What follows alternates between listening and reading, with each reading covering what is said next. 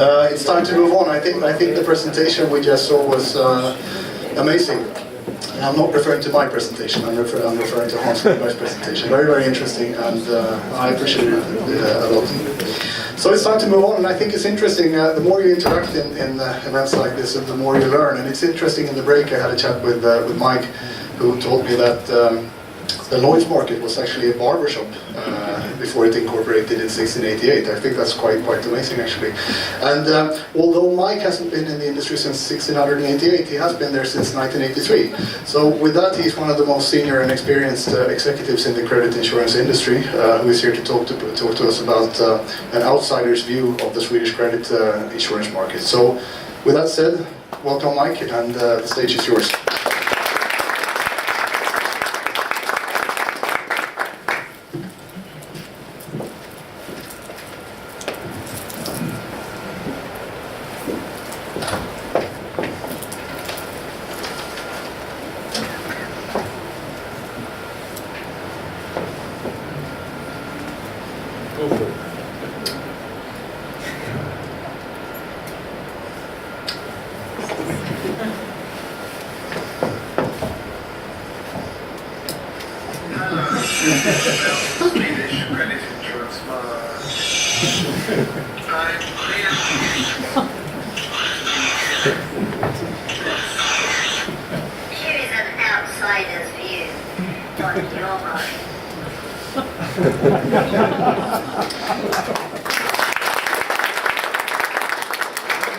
Snapchat. So let's have a show of hands. Who of you have a Snapchat account? Goodness gracious me, if I was in London doing this, it would probably be 2% of the audience would have a Snapchat account.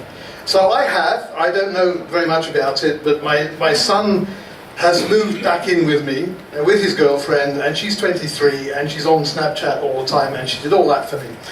So, the reason I'm mentioning Snapchat is because I want to do a little exercise with you now.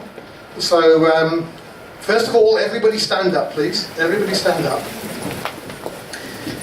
Now, what I want you to do, I want you to imagine I've just given each of you €1 million to invest. Okay, so you've all got the €1 million in your hands, and I'm going to give you an investment choice between Snapchat, which is a bit topical because they just did an IPO, and the other one is going to be Caterpillar. So two nice American companies. So you know a little bit about Snapchat now. I'll finish the Snapchat story. You see what it does, but Snapchat's CEO is quite important to know because he's a guy called Evan Spiegel, and he is the princely age of 26 3/4 as the CEO of Snapchat. And he's a bit controversial. He just made a statement recently about how he was a bit worried about introducing Snapchat to poor countries like India and Spain. So that's Evan. So if you think about now whether you want to put your €1 million on him. So a couple of other Snapchat facts. So they've been going 5 years, so they're quite a new company. They have a turnover of 404 million, but the loss they've made in the most recent year is actually bigger than their turnover at 515 million. But they've got a huge market capitalization of 23.9 billion. So think about now, Snapchat. So the alternative that you can invest in is another lovely American company called Caterpillar, who make these lovely machines. Look how big they are. See the human compared to the wheel. So Caterpillar was founded in 1910 in Peoria, Illinois. Now it's 107 years old, and one of my favourite companies actually, lovely people. Their turnover at the moment is 35 billion.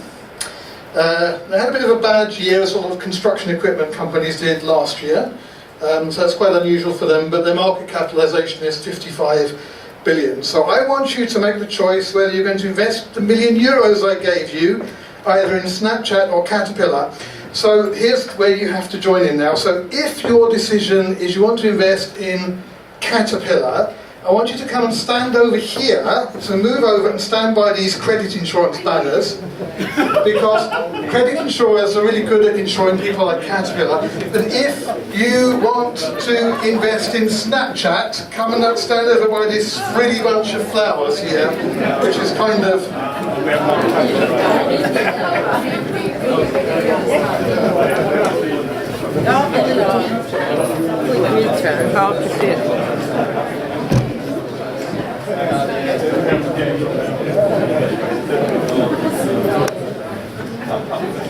What do you think? It's pretty even, actually. So pretty even. So I'm going to ask somebody over here why you've chosen Caterpillar. Who wants to tell me why Caterpillar? Gustav, you're friendly face. Why have you chosen Caterpillar? I'm a value investor. You're a young man. Why are you here? It's nice to boss. Anybody else want to comment? Why are you over here? Henry. I don't like loss-making companies. Yeah, okay. Let's go over here. Now, somebody over here, tell me, why are you here? Tell me why you're here. I think that's more of the future, and it could be an acquisition. There you go. Any other Snapchat supporters want to? I wonder what the average age of this. Glenn! Do you know Glenn has been in credit insurance since 1970, right? He's the longest serving credit insurer on planet Earth. Why are you with Snapchat, Glenn? I think that, firstly, Caterpillar is, I think, have just announced that they are going to expect a better year next year. They've been seriously damaged by the general downturn in mining and business generally. Snapchat is in the unicorn lunatic area, and if I had a million anything dollars, I would probably put it in Snapchat and look for the takeover opportunity or the takeout opportunity, and I suspect that I would make money. Caterpillar is, it's a long haul value investor job. Good, okay. So it's quite an interesting debate, and it's a very live issue for all of us at the moment, and even political. It's a bit of a political question, isn't it? I mean, I wonder if you asked Donald Trump this question, what he would say. Or if you ask Theresa May. You see somebody like Theresa May, she seems to think that one steelworker's job is more important than 100,000 people who work in companies like Snapchat. So it's a little bit of a political issue. Maybe it shows one of the issues of our time. So I'm not saying that all of you over here are Donald Trump. Although I could say that, it would be funny. Okay, if you'd like to take your seats, thank you for your help.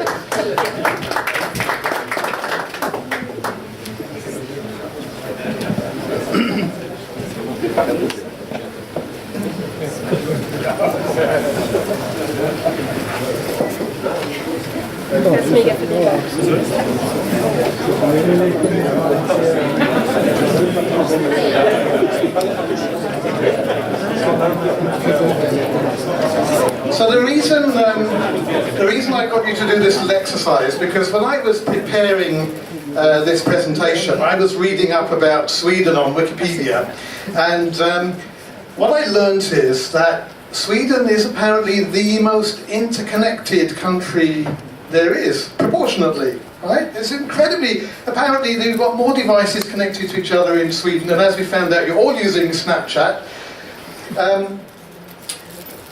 But you have this whole blooming high-tech and fintech industry in Sweden, incredibly creative compared to other countries. So if you think about it, I think there's less than 10 million people in Sweden. So how come that Sweden came up with both Skype and Spotify? Because these are both transformations which are changing the world, right? So how come there are 30 Americans for every one Swede. So how come both Skype and Spotify came from this country? So this this is both a dilemma and a challenge for credit insurers, because you know, credit insurers, we are really good at insuring stuff like this. And I know you in this room are really good at insuring stuff like this. That's where we came from. It's actually not so easy to apply credit insurance to things like this. But if we look here at the proportion of manufacturing jobs in Sweden, it's on the decline, right? So I think it's quite interesting that perhaps what we see in Sweden is what we will see in other countries in a few years' time, that you've got this very advanced creative industry sector, and the manufacturing is like further and further in the rearview mirror, and perhaps what you're experiencing here is what we in the rest of the world will have to come to terms with in the coming years too. So I was also looking at, apparently there are lots of gaming companies in Sweden. I don't know anything about gaming, I have to say, but I found this one. These games which are famous all over the world. This one is called Unravel, apparently, and I watched a little video about it. It was quite fascinating to see all the music and how it's done. It was quite breathtaking and enough to make you want to start playing games. But you know, how do you credit insure something like this? This is the question and the challenge. So I think it's a challenge and an opportunity for you in this market to work out how to do this, and then once you've done it, you can come and tell the rest of the world, and we can follow you. So I said it's an outsider's view of the Swedish market. So now I want you to come on a journey with me to London, and I'll tell you a little bit about how it feels like to be in London and what you might notice there, which has a bearing on this sector. So you all jump in the plane with me now. We're going to fly over towards London, and as we get across the sea there, you look down, that's Brexit land, so you don't get out there, because these days you'll be arrested and put into a camp. You wait till we land in London, and then it's safe and everybody's friendly. So here is a news item which came onto my email actually yesterday morning. It says a piece of London market insurance news. The headline was like this: XL Catlin to participate in a 30-month autonomous vehicle trial. XL Catlin is involved in a project that will trial a fleet of autonomous vehicles between Oxford and London. The project, called Driven, will explore cybersecurity and data protection issues concerning connectedness and driverless vehicles. XL Catlin's main incentive for getting involved in the programme is to use the findings as a risk profiling tool for its clients, said Richard Jinks, who leads the project at XL Catlin. That was from Insurance Post on Monday. Okay, so here's a challenge you have in the specialist insurance market. So obviously you're used to depending on motor insurance, which is a huge insurance premium spend worldwide, and then driverless cars come along. And then how are you going to deal with that, right? That's really challenging, because you're not insuring individuals anymore. It becomes a product liability. So it's about, I think it's about insuring the people who manufacture these things and operate the GPS and the rest of it. So what happens if the driverless car has a moral choice, right? So let's supposing it's driving along the road and it's going to have a crash, and there's a person standing there and there's a car standing there, and the computer has to make a decision between running over the pedestrian and killing them, or having a head-on collision with another car. And so supposing it chooses to run over the pedestrian, well, how do you insure that? Where is the data? So you see from the stories about XL Catlin, there is no data. So how do you do it? That's really challenged. So that's a very live issue from the London insurance market and insurance markets elsewhere. But you see, when you step out of credit, there are really big challenges to be thinking about. So another observation about what it's going to be like when we get off that plane in London and start bidding insurances. So compared to London, come to the Swedish credit insurance market, I would say, where is your competition? Now, how many competitors do we have here? Only 3 really. That's not competition. No, we are actually 4. 4. Hours. You need to get the banner up. Actually, mine isn't there as well. So 5th. So you and me, we're going to work together to bring more competition to this market. Yes. So, but this is not significant competition. So a broker, a political risk or trade credit broker, stepping out of his office in London this morning to go to the market, he's going to have what, 50, 60 markets to choose from. Not 3 or 4 or 5. 50 to 60 markets. That's real competition. So you have relatively limited competition in this market compared to London, and that makes your challenge harder, because when you're going to innovate to deal with technology, it's actually easier to innovate when you have a very, very dynamic competition. When you have only a limited competition, as you have in the Swedish credit insurance market, you tend to get stuck on price and capacity. We need to go far beyond that. So bring it on, we'll do our best, Equinox, to bring more competition to this market. That will help. So some other thoughts about dealing with innovation. So let's imagine that you're offering professional liability insurance to a surgeon, right? So this is the surgeon is doing the brain surgeon. The brain is open, and he's got the knife, and whoops, he sneezes, and the knife slips, and he cuts out the entire speech centre of the brain, and the patient can never speak again. So there's professional liability that should insure. But these days that's changing, because now the surgeon might be sitting here, and the robot is doing, and so that the surgeon is controlling the machine, and the robot is doing the work. Now what happens? Let's supposing that the machine kind of has a wobble, like my computer does sometimes, and the knife slips, and the vision centre of the brain is cut out. Now, it's no longer a professional liability, it's a product liability again. How do you measure that? Where are the statistics? How do you price that? How do you sell that? I don't know, but this is a challenge that you have in the insurance market because of technology. One last example, cyber risk. Now, I think this is really interesting, because the majority shareholder of my company, Equinox, is Beazley. They're the biggest shareholder. And Beazley has had a tremendous success in cyber insurance, to such an extent that within a period of 10 years, starting from nothing, Beazley now has 5 times as much premium from cyber insurance as they have from political risk and trade credit combined. And that's from nothing. So when you think about cyber insurance, it's pretty hard to understand even what the issues are going to be, right?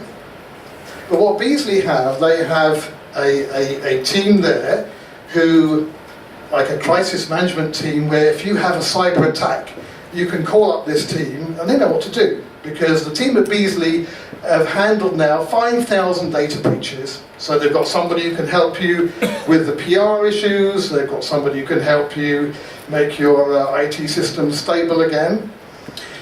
But just think about it again, and think, and our problem in credit insurance, when all we've got to do is to sell credit insurance to some fintech companies, that's actually a much smaller problem than Beazley have solved in actually providing that cyber insurance. Because, again, where do you get the data from?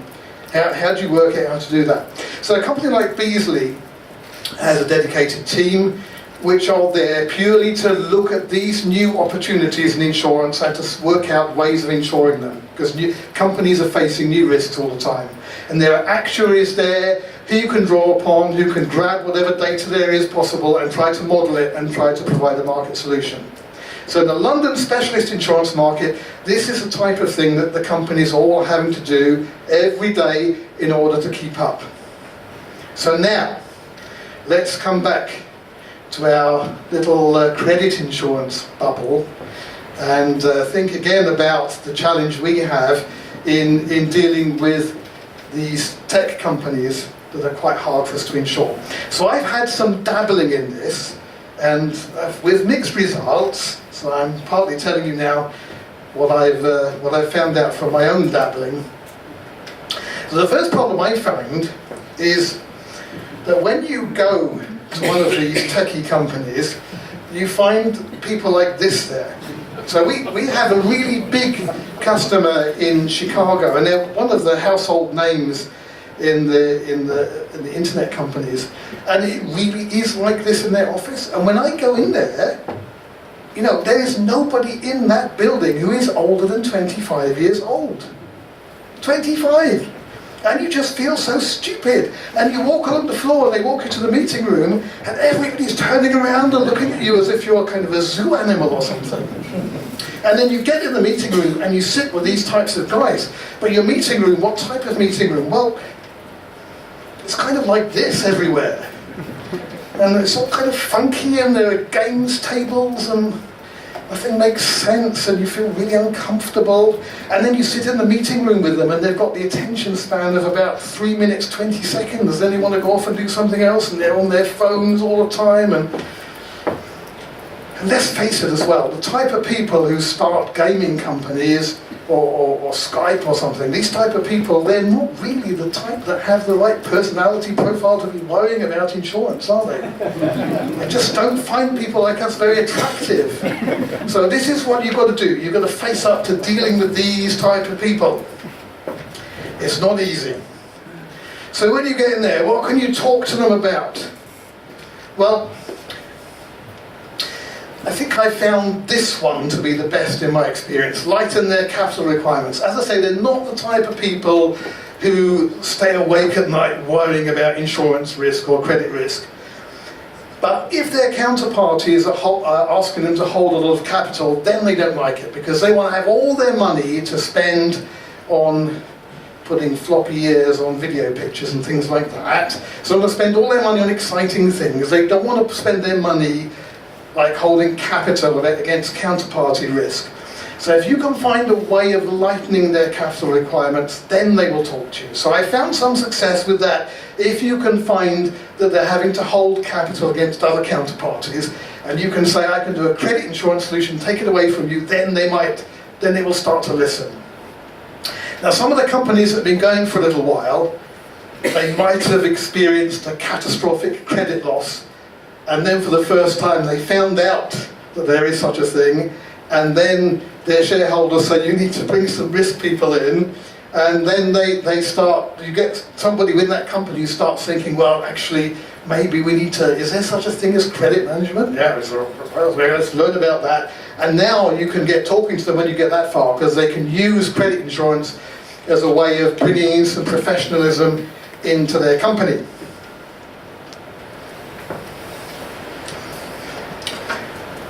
You can also look, when you're researching before going to see them, you can look on your balance sheet. So look how many receivables Facebook has got, 3.99 billion receivables. So some of them do have accounts receivables that you can insure. So you might find something there. But one of the problems, even Snapchat, look, 163 million trade receivables on their accounts. But you might find another problem with these, which is quite confusing for us to deal with. So if you're a company like Facebook, your customers are people like you and me, and that's who they're marketing themselves to. But the people who owe them the money are advertising companies who are not actually their customers. So when we start going to them and talking about your clients or your buyers, they don't understand that language, right? Because so you've got, they've got a different network of relationships. They might have the users who they're marketing themselves to. They might have advertisers who are spending money with them. They might have suppliers that are very important to them as well. So you need to think in much broader terms, and you mustn't use credit insurance language to them, because otherwise you switch them off, because they don't understand what we're talking about. That means if you can't find some accounts receivables to insure, you might have to be thinking about suppliers. And quite a lot of these fintech companies and other technology companies, actually, it's going to be supplier risk that you need to be insuring. So that's okay, we can do that in credit insurance. There's a big history of insuring non-performance risk by a merchant, and we can model that, so that's okay. But you just need to bear in mind that you might need to cover the insolvency of a different trading party other than the one who's bought goods from them, because they're not the type of company that just sell goods to other companies. So here's another thing which I've encountered. We've got them interested, they want to buy a credit insurance policy, and they've got like thousands and thousands and thousands of these counterparties, and you don't want to write thousands and thousands of credit limits.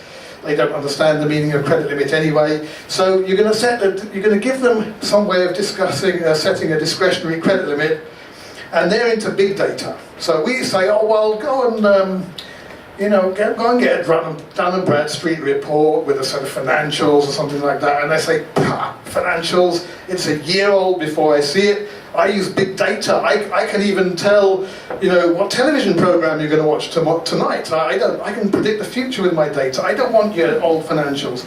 So these guys might want to use social media to set credit limits, and why not? Because it's really live data. So if you think it's the risk might be a hotel chain or something like that, actually you can learn a lot about them from reading the reviews on social media. So if you can analyze that and capture it as like big data.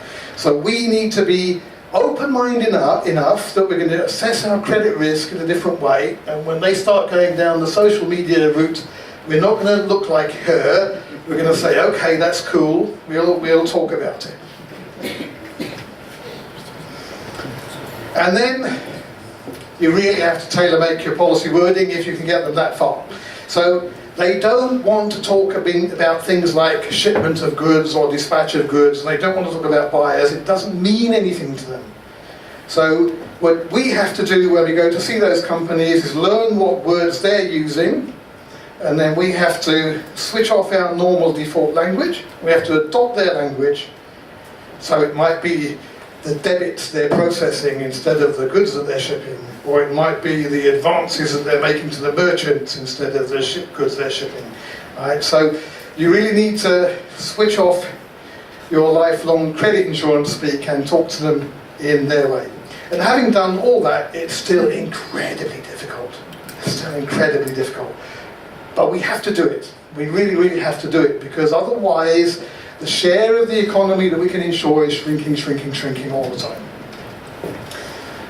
So, this is the graph. I think you may have seen it earlier. You've got growth in clients. Now, you teach the credit insurance world how to deal with these clever technology companies, and your rate of growth here will increase. Now, one final point I want to make. I started off this presentation with a deliberately very, very silly video. And I did that because I wanted to make the point that actually this is not silly. This is really, really serious stuff. Do a thought experiment, if you will. In 1,000 years' time, which company do you think will have changed the world more? Volvo or Skype? I think in 1,000 years' time, Skype will still be remembered, and I think Volvo probably won't be. Skype is profoundly, profoundly important. With a company like ours at Equinox, we were able to start up an international company using Skype from day one. We're probably the first generation company that could use Skype to connect our people in different countries from day one, and it enabled us to have a different type of company than would have been possible before Skype. But I think there's a political dimension to this as well. The generation of people that have grown up with Skype, do you think that they're going to behave politically differently from the people who grew up in the 60s? I think they will. I think they really will. So I think something like Skype is profoundly, profoundly important. Snapchat, my 23-year-old girlfriend of my son, when I spoke to her, she told me that Facebook she doesn't use. She used Snapchat for everything, and she told me why. So it's about live communication. There isn't anything more important for humans than the ability to communicate over distance. We don't think that the invention of the telephone is a frivolous thing. The Snapchat chat is something that's profoundly important too. So let's take it seriously.